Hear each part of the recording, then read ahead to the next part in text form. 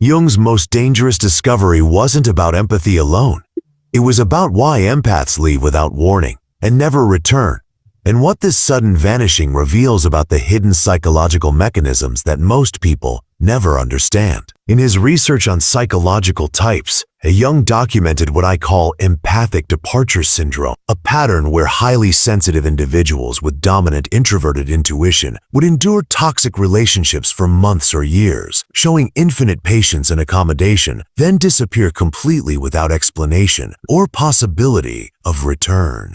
Jung called this phenomenon dangerous because these empaths possessed what he described as unconscious boundary systems that operated below conscious awareness. Their introverted intuition would detect relationship toxicity and emotional manipulation long before their conscious mind could process it, creating what Jung termed a silent psychological emergency that built pressure until sudden departure became inevitable. What made this discovery so disturbing to Jung was the finality. These weren't temporary withdrawals or dramatic exits designed to get attention. These empaths would vanish into complete silence and never return, leaving behind bewildered partners, friends, and family members who genuinely believed everything was fine. Today, I'll reveal Jung's insights about why empaths leave without warning and never return, and why he believed this wasn't cruelty or abandonment, but what I call unconscious self-rescue, the psyche's emergency intervention when conscious boundaries have completely failed. Jung's breakthrough came through observing a patient he described as having extraordinary sensitivity to others' emotional states. This individual would absorb criticism, manipulation, and emotional demands for months while their dreams showed increasingly desperate warning signs. Vikisenlud. Drowning in muddy water, being trapped in burning buildings, carrying impossibly heavy stones. Then something unprecedented happened. Without any apparent trigger, no argument, no dramatic confrontation, the patient simply vanished from a long-term relationship. Complete silence, no explanation, no gradual withdrawal. Jung was baffled. This contradicted everything he knew about human behavior patterns. When he investigated further, Jung discovered the patient's unconscious had been tracking relationship toxicity through introverted intuition for 6 months before departure. Their nervous system had been registering emotional abuse while their conscious mind rationalized it away. The sudden disappearance wasn't impulsive. It was what Jung called psychic emergency surgery. Jung wrote, "The unconscious intervened when consciousness failed to protect the individual from psychological annihilation." This case revealed that some people possess internal warning systems so sophisticated they can predict relationship failure months in advance. Yet their conscious mind remains unable to act until the unconscious takes control completely. This wasn't an isolated incident. Jung began documenting similar patterns across multiple patients, leading to his theory of what I call empathic overwhelm, a condition where sensitivity becomes a liability without proper psychological boundaries. Jung discovered that highly sensitive individuals possess what I call intuitive toxicity detection.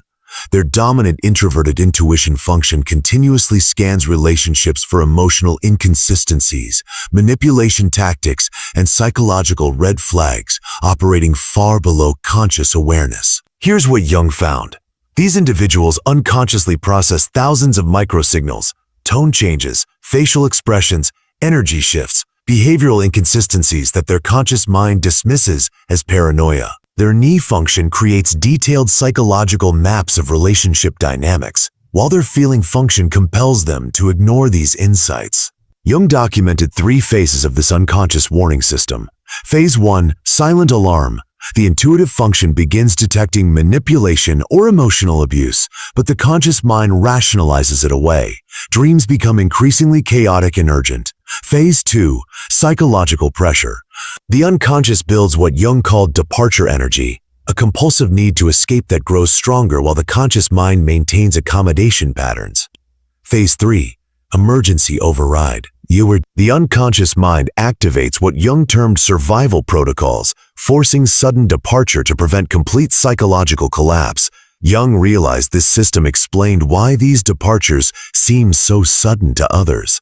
The empath's conscious behavior remained accommodating right up until the moment of departure, masking months of unconscious distress. Jung identified a psychological trap that makes departure without warning almost inevitable for many empaths. When their intuition detects relationship toxicity, instead of acting on this information, they unconsciously increase their accommodation behavior. Jung called this inverse boundary response. The more threatened they feel unconsciously, the more giving they become consciously.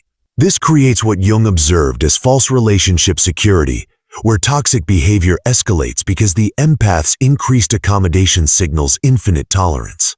The devastating result: others genuinely believe everything is perfect while the empath's psychological foundation crumbles invisibly.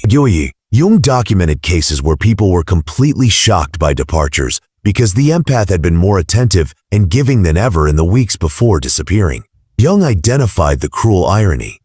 Their compassion became their prison. Their empathy enabled the very behavior that ultimately destroyed the relationship.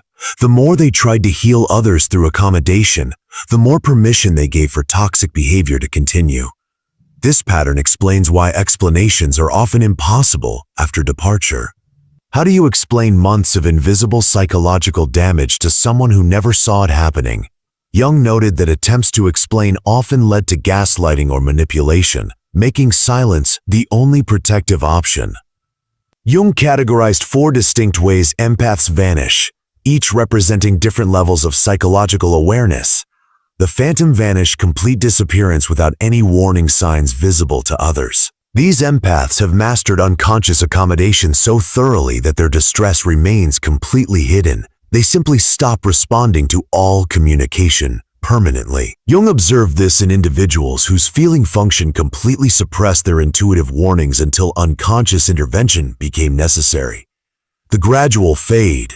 These empaths begin showing subtle signs of withdrawal, shorter conversations, delayed responses, less emotional availability, but never explain why.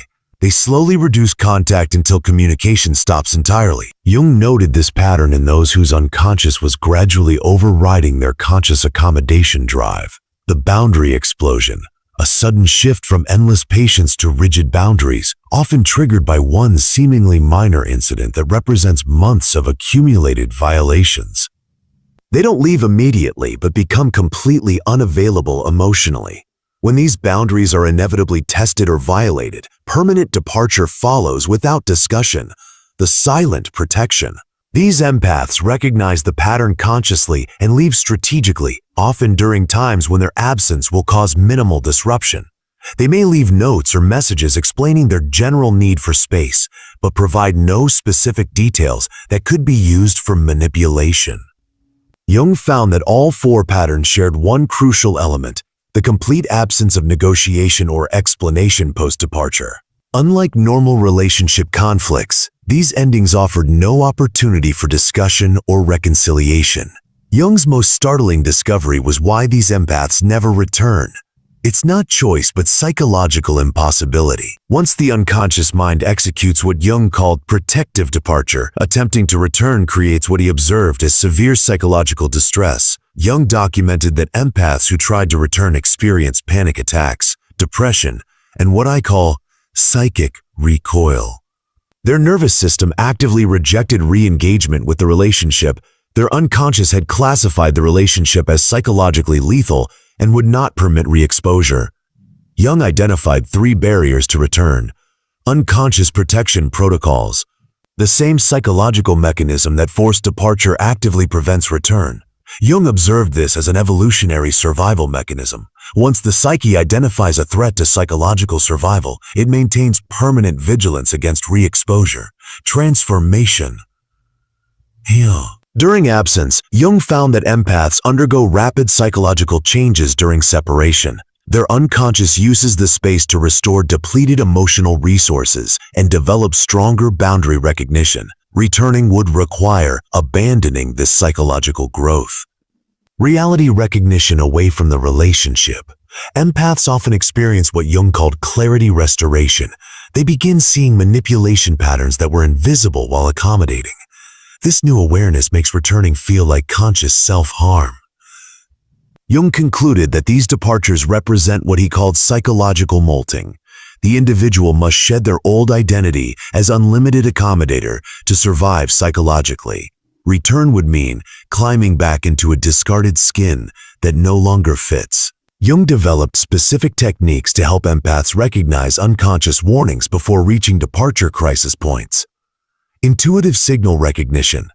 Jung taught empaths to track correlation between their dreams, physical sensations, and relationship dynamics. When anxiety, exhaustion, or chaotic dreams increase around specific people, this indicates unconscious toxicity detection. Rather than waiting for crisis, Jung advocated for deliberate boundary experiments. Express one small limit and observe the response. Healthy people respect boundaries. Toxic people violate them. This provides early relationship assessment without requiring major confrontation.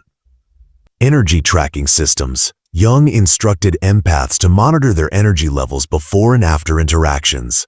Consistent energy drain from specific relationships indicates psychological toxicity even when conscious interaction feels positive. This creates objective measurement of relationship health. Communication frameworks. Jung developed scripts for expressing limits without extensive justification. I've noticed I need more space rather than detailed explanations that invite manipulation. The key insight boundaries are statements of intention, not requests for permission. Departure decision criteria. Jung established clear indicators for when departure becomes necessary. Repeated boundary violations after clear communication. Escalating manipulation when limits are expressed. Refusal to acknowledge impact of harmful behavior and attempts to use empathy against the empath. These techniques transform unconscious departure into conscious choice, eliminating the trauma of sudden vanishing while maintaining psychological protection. Jung analyzed historical figures who demonstrated both successful boundary integration and empathic departure patterns. Virginia Woolf. Jung would have recognized Woolf's sensitivity and her struggles with what he called empathic overwhelm. Her letters reveal patterns of absorbing others' emotional states while losing connection to her own needs. Her ultimate departure from life itself represents the extreme end of what happens when sensitive individuals cannot develop protective boundaries. Maya Angelou's autobiography reveals multiple instances of sudden departure from toxic relationships and situations. Jung would have identified her famous quote, "When someone shows you who they are, believe them the first time" as integrated intuitive wisdom, trusting initial unconscious impressions rather than waiting for conscious proof. Carl Rogers. Despite his therapeutic empathy, Rogers maintained strict professional boundaries. Jung observed that Rogers understood empathy required protection. Unlimited emotional availability destroys both helper and help. His success came from conscious boundary management rather than unconscious accommodation. Eleanor Roosevelt. Roosevelt's transformation from accommodating wife to independent leader demonstrates successful empathic integration. She learned to channel sensitivity towards social justice rather than personal accommodation, finding outlets for empathy that didn't require self-destruction. The pattern Jung identified: successful empaths learned to trust their intuitive warnings and act on them consciously, while those who remained trapped in accommodation patterns either departed unconsciously or suffered psychological breakdown. Jung recognized that empaths need relationships with people who understand sensitivity as strength rather than liability. Recognition signals for safe people. Jung identified specific traits. They respect no without requiring extensive justification. They manage their own emotions rather than expecting others to do it for them. They appreciate empathy without exploiting it, and they demonstrate what Jung called reciprocal consideration, thinking about how their behavior affects others. The mutual empathy principle. Jung observed that healthy relationships for empaths require both people to consider each other's emotional well-being. One-sided emotional labor inevitably leads to accommodation patterns and eventual departure. Community-building strategies. Jung recommended seeking environments where sensitivity is valued, creative communities where emotional intelligence serves artistic expression, therapeutic or helping professions where empathy has clear boundaries and purpose. Spiritual communities focused on consciousness development rather than emotional dependency. And what Jung called growth partnerships, where both people commit to honest communication and mutual respect, avoiding empathic predators. Jung warned about individuals who specifically target empaths. Those who share dramatic personal stories quickly to trigger rescue responses. People who consistently violate small boundaries while apologizing profusely. Individuals who alternate between excessive appreciation and subtle criticism. And those who react with anger or manipulation when boundaries are expressed. Jung emphasized that empaths must learn to see accommodation addiction as clearly as any other dependency. It serves the ego's need to feel needed while destroying authentic connection. Jung documented that empaths who successfully integrate their sensitivity without losing it follow predictable development stages. Stage 1. Recognition crisis. Usually triggered by a particularly painful relationship loss where they realize accommodation didn't prevent abandonment but enabled mistreatment.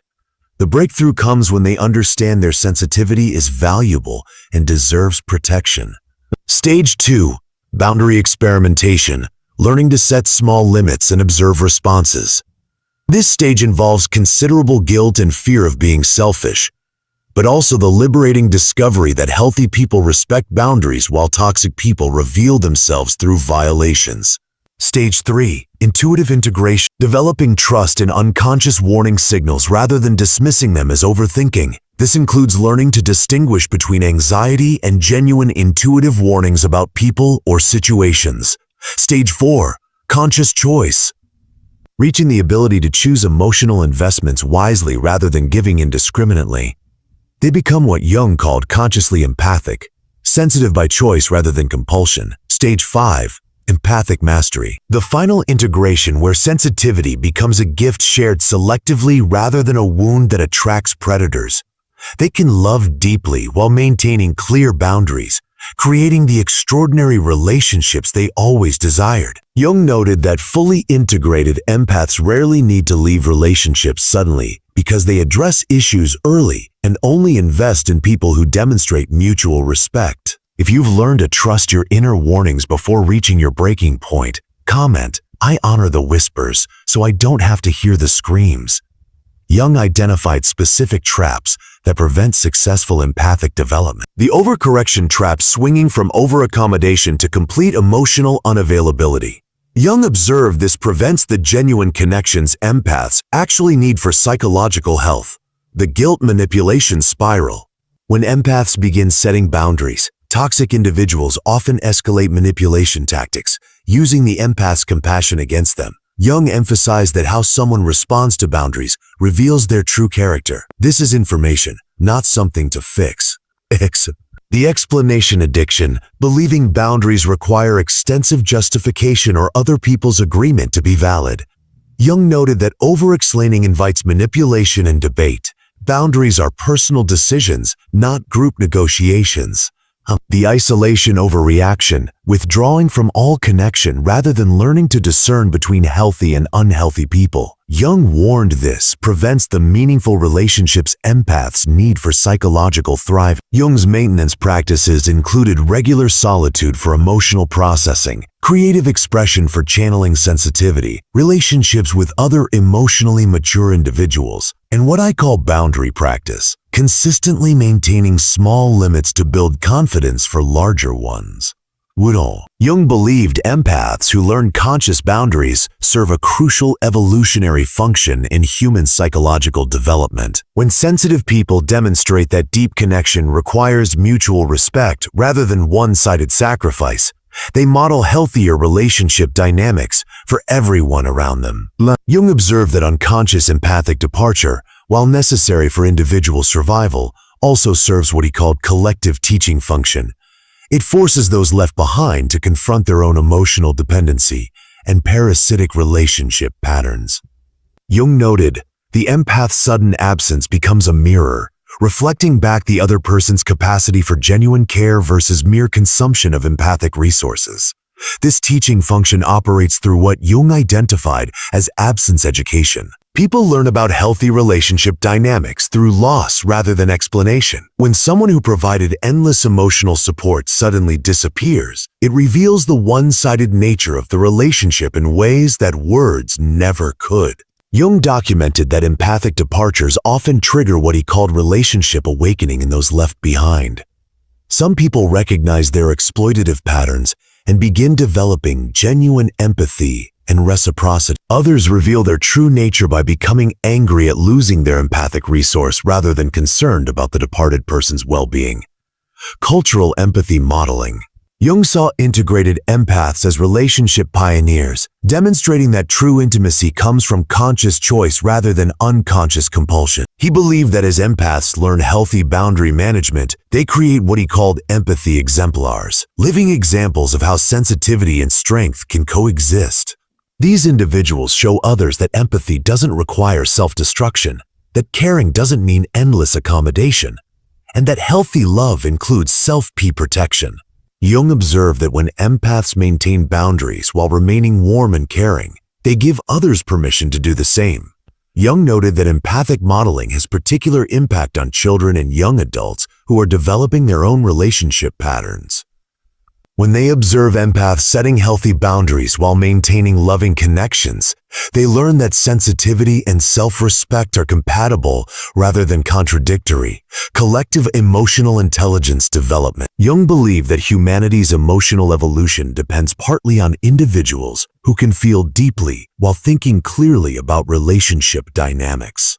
He saw empaths as what I call emotional intelligence pioneers. People who develop sophisticated understanding of psychological patterns and teach others through example. Jung observed that empaths who have integrated their sensitivity often become natural counselors, mediators, or healers, not because they sacrifice themselves for others, but because they understand both emotional depth and psychological protection. Their combination of empathy and boundaries makes them uniquely qualified to help others navigate relationship challenges.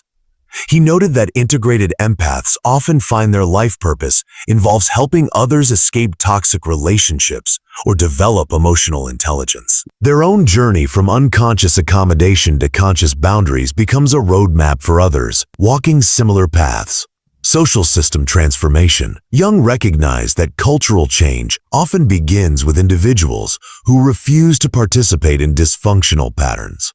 When empaths stop enabling toxic behavior through endless accommodation, they force social systems to evolve or reveal their true nature.